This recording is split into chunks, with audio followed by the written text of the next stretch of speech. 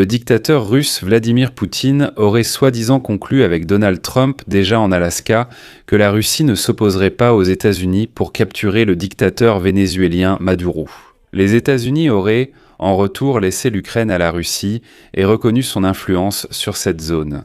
C'est ce genre d'article que l'agence Reuters a publié la veille, et le journal écrit que, malgré la défaite de Poutine au Venezuela, Moscou attend avec impatience les avantages potentiels du partage du monde en sphère d'influence par le président Donald Trump.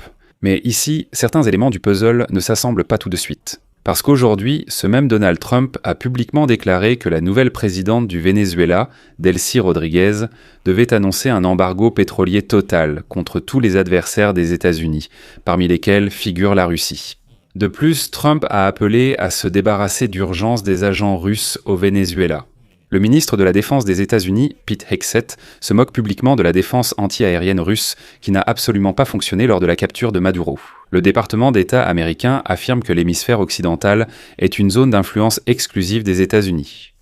Trump annonce que les États-Unis reviennent à la doctrine Monroe, ce sur quoi les Russes s'appuient. Trump est prêt à partager le monde avec Vladimir Poutine, comme cela se faisait au XIXe siècle entre l'Europe et les États-Unis. Mais examinons tous les arguments pour et contre la théorie selon laquelle Poutine et Trump auraient prétendument conclu un accord pour échanger l'Ukraine et le Venezuela.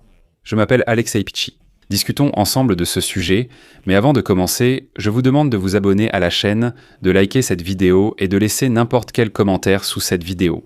Cela aide beaucoup à promouvoir le contenu sur YouTube. Je vous serai reconnaissant pour vos commentaires et n'oubliez surtout pas de vous abonner à ma chaîne Telegram Pichi News, le lien se trouve dans la description de cette vidéo.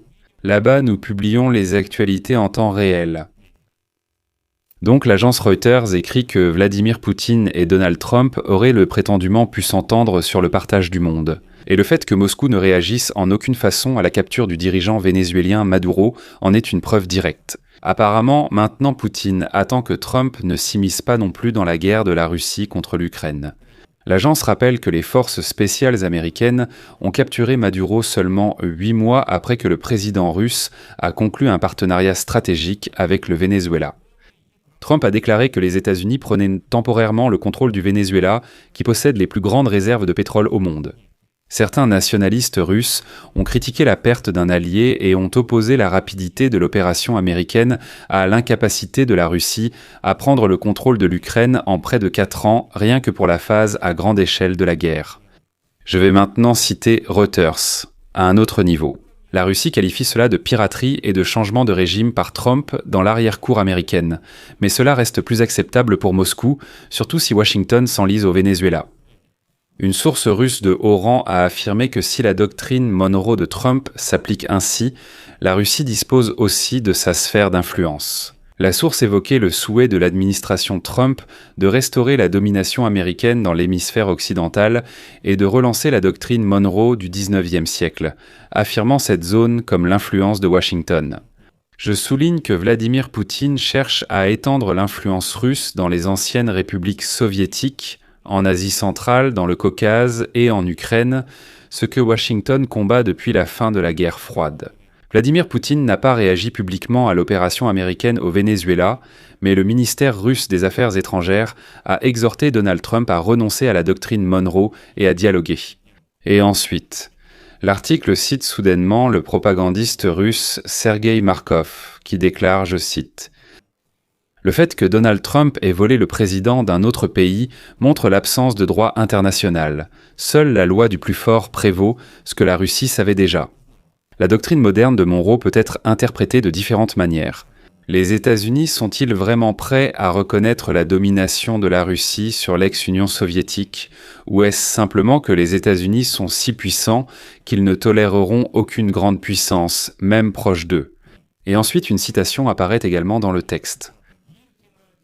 Le scoop de Reuters disait que Poutine et Trump auraient soi-disant trouvé un accord, mais en réalité il n'y a pas de scoop. Pour Poutine et Xi Jinping. Le fait que le président des États-Unis se soit concentré sur l'hémisphère occidental et s'y soit potentiellement enlisé semblait plus qu'acceptable.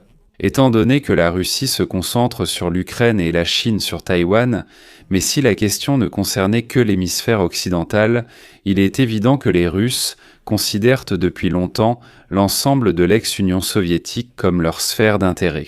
Et je rappelle qu'en novembre-décembre 2021, avant l'invasion à grande échelle de l'Ukraine, Moscou exigeait ouvertement et publiquement que l'OTAN revienne aux frontières de 1997, c'est-à-dire qu'elle se retire du territoire de l'ex-Union des républiques socialistes soviétiques.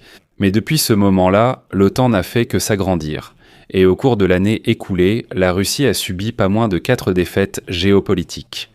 La Syrie, c'est clair, la chute du régime de Bachar el-Assad, l'accord entre l'Azerbaïdjan et l'Arménie, ce que Moscou n'a pas pu réaliser pendant longtemps, la bande de Gaza et un Iran affaibli. Et maintenant, c'est le tour du Venezuela. C'est pourquoi le Kremlin doit raconter quelque chose aux Russes pour qu'ils pensent que tout cela était prévu. En Venezuela, le régime de Maduro est tombé non pas parce que les Russes, impuissants, n'ont pas pu l'aider, mais parce que le grand géostratège Vladimir Poutine a déjà conclu un accord avec Trump. En réalité, il n'y a eu aucun accord secret entre les deux superpuissances et pour échanger l'espace post-soviétique contre l'hémisphère occidental. En fait, l'Amérique n'a rien à donner à la Russie en échange de l'hémisphère occidental. De plus, l'Amérique n'a même pas demandé l'avis de la Russie. Et Donald Trump a déclaré publiquement qu'il se moquait de l'avis de Vladimir Poutine concernant le Venezuela. Lorsqu'il a ordonné la capture de Maduro, il n'en a pas parlé avec Vladimir Poutine. Si vous doutez, réécoutez la presse. La conférence de presse de Donald Trump à bord de l'avion présidentiel, littéralement avant-hier. De plus, Pete Hegseth a ouvertement tourné en dérision hier la défense anti-aérienne russe au Venezuela, qui n'a pas fonctionné. Il affirme que 200 de nos soldats sont entrés, ont capturé le président, l'ont emmené sans réaction de la défense anti-aérienne russe. Désolé, en réponse. Aujourd'hui, Trump a adressé plusieurs exigences à la présidente par intérim du Venezuela, Delcy Rodríguez, et s'est dit prêt à envoyer des troupes si le pays refuse de coopérer avec les États-Unis. La principale exigence de Washington est le renforcement des mesures de lutte contre le trafic de drogue, l'expulsion complète des agents de pays ou de réseaux hostiles aux États-Unis et l'arrêt de la vente de pétrole aux adversaires des États-Unis. Les États-Unis ont demandé à Rodríguez, assermenté après la capture de Nicolás Maduro par les forces spéciales américaines, de libérer les Américains détenus au Venezuela. Il est donc nécessaire d'expliquer quelques points importants. La veille, le secrétaire d'État américain Marco Rubio a déclaré clairement que le Venezuela ne devait pas être un centre opérationnel. Et aujourd'hui déjà, Trump appelle le nouveau président du Venezuela à expulser du pays tous les réseaux d'agents russes. Et pas seulement là-bas, les Cubains, Chinois, Iraniens et autres soutiens du régime Maduro doivent aussi quitter ce pays. Autrement dit, Trump a clairement déclaré qu'il ne devait y avoir aucun Russe ni aucune structure liée à eux au Venezuela. Et c'est important aussi pour l'Ukraine, parce qu'en Venezuela, on fabriquait massivement des drones pour les Russes. Mais j'en parlerai dans un épisode séparé. Si vous n'êtes pas abonné, abonnez-vous à la chaîne. Le Venezuela doit aussi cesser de commercer du pétrole avec les Russes. Ici, ne soyez pas surpris. La Russie achetait du pétrole au Venezuela, puis le revendait sous la marque Rosneft pour en tirer profit. De plus, selon les interlocuteurs du Financial Times, les responsables américains s'attendent à ce que la nouvelle dirigeante du Venezuela favorise la tenue d'élections libres dans le pays, puis démissionne. Ces exigences, auparavant rejetées par Nicolás Maduro, semblent désormais acceptées par le nouveau président pour renforcer les liens entre les deux pays. Et je rappelle que lundi, Donald Trump a déclaré dans une interview à National Broadcasting Company News que si Rodríguez cessait de coopérer avec les responsables américains, il pourrait envoyer des troupes au Venezuela. Ce commentaire fait écho à la déclaration de Donald Trump faite dimanche lorsqu'il a dit, je cite, « S'il ne se comporte pas correctement, nous lancerons une deuxième frappe. » Voilà. Donald Trump a indiqué qu'il ne juge pas nécessaire une intervention militaire pour l'instant et n'a pas souligné que les États-Unis ne sont pas en guerre avec le Venezuela. Citation de Donald Trump. « Nous sommes en guerre contre les trafiquants de drogue et ceux qui libèrent leurs prisonniers dans notre pays, et leurs toxicomanes, et leurs patients des hôpitaux psychiatriques dans notre pays. » Dimanche, la nouvelle présidente du Venezuela, Rodríguez, a appelé Washington à la réconciliation et à la coopération, déclarant que le nouveau gouvernement vénézuélien invite les États-Unis. Citation. « collaborer à un programme de coopération pour le développement commun selon le droit international et renforcer une coexistence durable dans la communauté. Je vous rappelle également que la veille, le procès de Nicolás Maduro et de son épouse, Cilia Flores, a débuté devant le tribunal fédéral de Manhattan.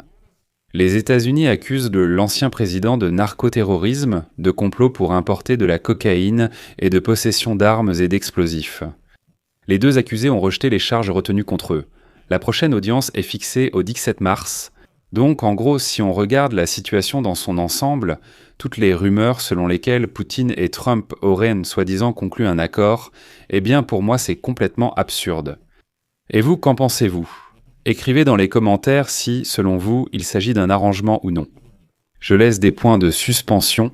Partagez votre avis et vos conclusions en commentaire, abonnez-vous, activez la cloche et mettez un like. Si vous trouvez cet épisode utile, si les informations vous ont intéressé, vous pouvez soutenir financièrement le travail de cette chaîne YouTube par un don ou un abonnement via les liens et coordonnées indiqués. Dans la description de cette vidéo, il est écrit « Soutenez la chaîne Alexei Petchii.